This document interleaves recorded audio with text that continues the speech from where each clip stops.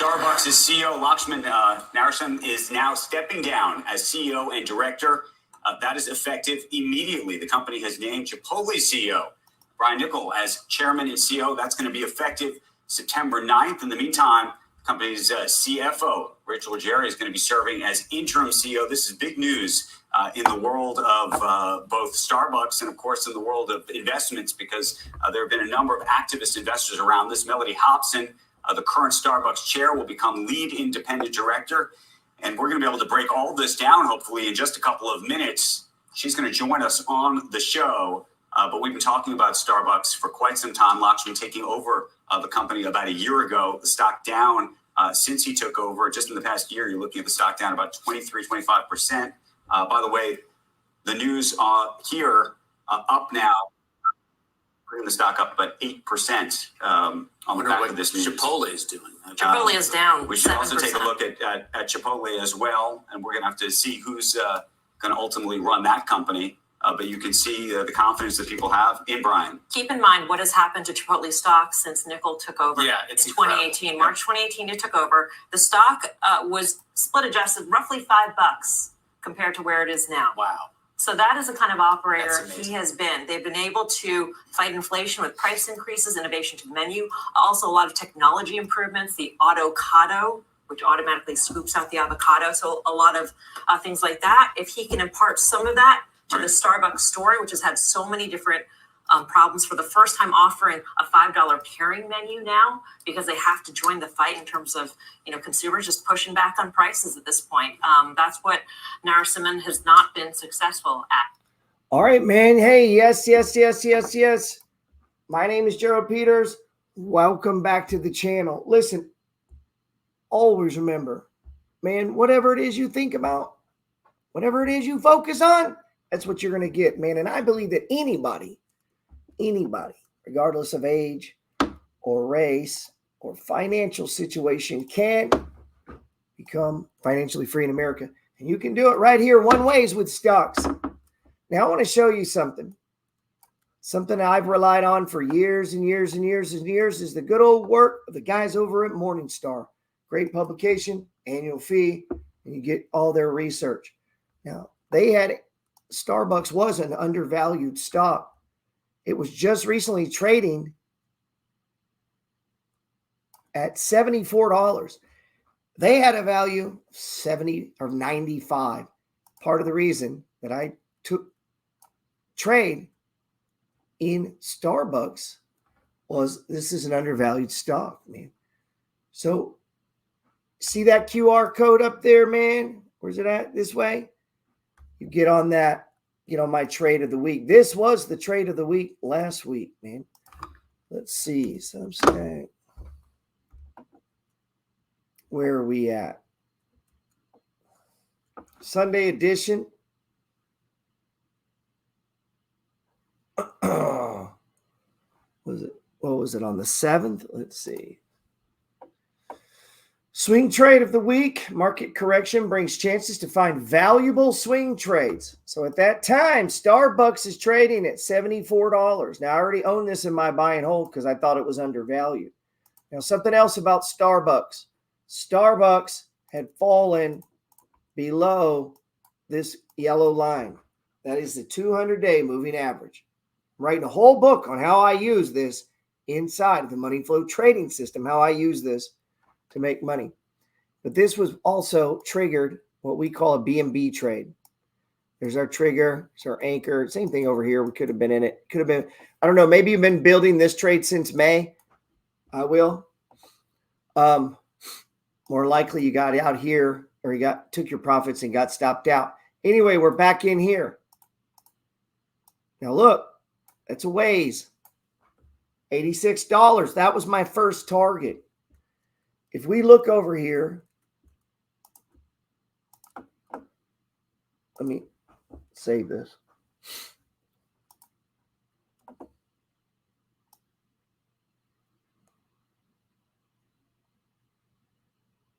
I must have put a different one in here. So we had a $95 true value. Look where Starbucks is gone. Oh my God. Look, $95, guys. Morningstar said company's worth about $95. It exploded to $95 and stopped. What's crazy, also technically a place where it stopped because it stopped here before. See it? So technically, inside the money fold, we believe wherever price has been, price is drawn to it. That's how you get these support and resistance levels, okay? You begin, if you understand this concept, and I mean it loosely, if you understand it, you begin, and you understand the 4 stages of price movement, you begin to make sense out of the chaos of the way price moves. It just helps you draw it. Things like these RSIs will help us understand it too, as far as moving in and out of price. Let me take this down. See. So we had a couple of things going. One, we had a B&B trade. What we call bread and butter. If you're inside our Discord, MFG, go over the bread and butter section. I'm always dropping these charts that are trade setups like this, okay? I love the B&B trades. I think it's one of the easiest playbooks we have inside of the MFG. So boom, I took down almost all of the trade in the trade that I emailed out. Again, if you get the trade of the week, now this is separate from everything. This is a brand new product that we're putting out. So we send you a letter. We're breaking down the market, okay? What we're seeing. And then we get into the trade of the week. All this is a stock that I think this is the easiest to understand, okay? It's the easiest to understand. Let me bring you back. So this is the email that I sent out. So up here, I'm going to break down the market. Why? We need to see the big picture. We need to see how this trade of the week is going to fit in. Fundamentally, we need to research it. It needs to be undervalued. It needs to be a quality company. It needs to fit in the sentiment that we're seeing in the overall market, okay? And in other words, I can't be saying let's buy a stock in a sector that's just getting smashed. That doesn't make any sense. We could say once it sets up, and then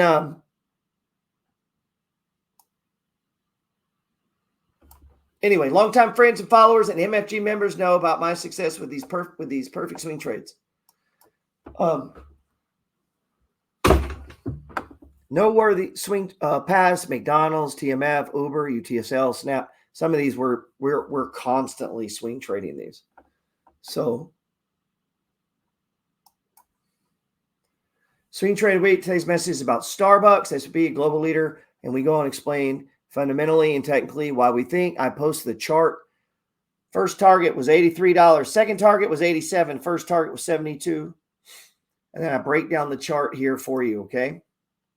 And then I went into a video of me breaking down the chart for you and the 1 or 2 runner-ups and me thinking what I thought about the stock market. So, and then we go in and break it down, man. Anyway, we're putting that out. You guys that are on it, click down there, let me know. We're putting this stuff out once a week, So I'm trying to keep Discord price down. I don't want to bring it, bringing in people to help me produce this stuff. I don't want to raise the price on Discord. Not everybody's trading. Not everybody's doing dividends. Not everybody's doing crypto. The MFG, I'm a generalist. I do everything, but not everyone is. So this product is a way for us to people who are wanting, more trading action, more details, entries, exits, targets, written on the chart with the video. If that's what you're wanting, then get on this. And I think you'll be very happy. I think the price is fair, and I think more than fair, actually. And then I give you my 2 or 3 runner-ups. And so, how can that not be good? Airbnb almost made the list. These charts that you see that are set up for that. So Chipotle came down. Now this is where the dude got in at Chipotle's and ran this thing all the way to there. 700%. That is crazy. So on Sbux, though, now that he's in, it's already bumped 30%. Let me take it back to 2018. Sbux didn't do bad, but it didn't do no 700%. So maybe he can do something, man, turn this around. I also trimmed my buy and hold in Sbux to buy. This was almost a trade of the week, guys. I think it made the runner-up list in the video. Oxy. We had a stage one. Here's the anchor. I think it'll hold. So I rolled profits. I trimmed my position. I had 100 and something shares. I trimmed it down to 100, pushed the money, opened up a new position in Oxy here. Morningstar has it fair valued. I don't know. I think they're being a little conservative on this one. Obviously, Warren Buffett likes it. Any lower down there, it's going to be undervalued, and then it becomes even more attractive. So to me, good place to establish a position. And I did it with profits from Sbux. That was a B&B trade. If you check my homework, the back of the go to the newsletter, right? Go. Hold on. Take this down. Go to the whiteboard that's on page 35.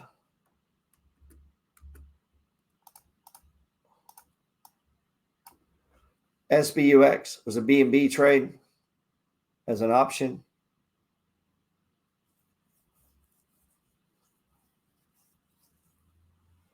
Just looking at what else we got in here.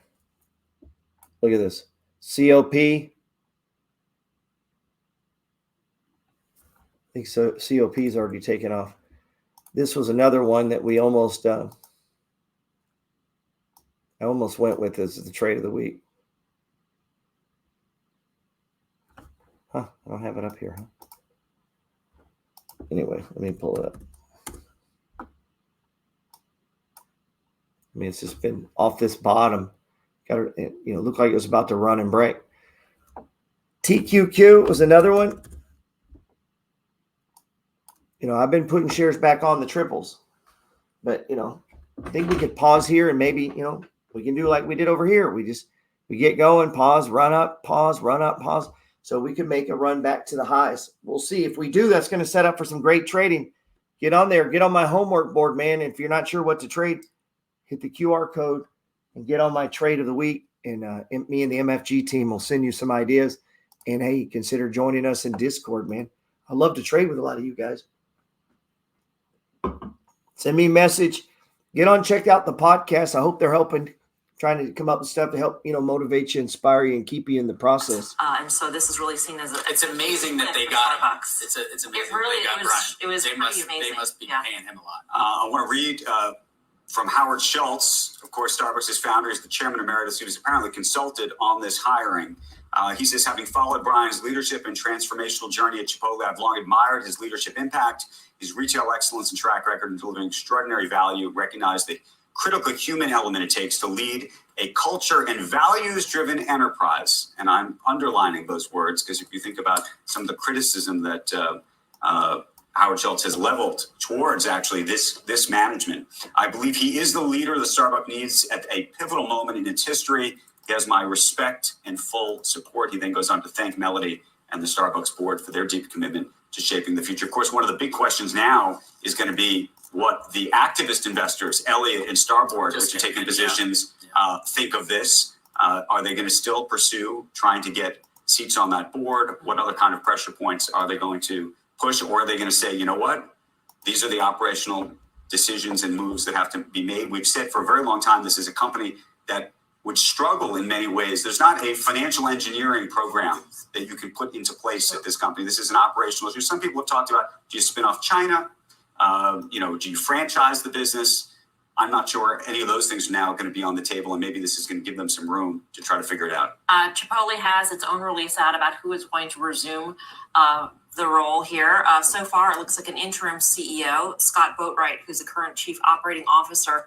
But Jack Hartung, who had been the president or CEO of Chipotle prior, he had retired, will stay on indefinitely with the organization as president of strategy. So that's stuck down almost 10%. Yeah. Wow. It is a wow. blow. But this is a huge move in the world of would go fast food. I wouldn't call it fast food. I'd call it something else. Brian Nichols probably regarded, and I'm going to go out on a limb here, as one of the best operators in the business. And probably one of the best CEOs out there. And it's interesting that Howard Schultz had to be brought in to give his approval, because he has been sort of the, I don't want to say the third person in the room all the time, but always sort of second guessing, right? I mean, he had that open letter that was published saying that he didn't like the direction which Starbucks was going, and so he has a say, even if he's away from the company. And to your point, what the great things that he did at Chipotle, aside from technology and being a great operator, was always doing things that made Chipotle feel special. They were doing sort of, in that context, high-end things, special menu offerings that made it not just another commoditized maker of rice bowls and burritos. Right. And that's exactly what Starbucks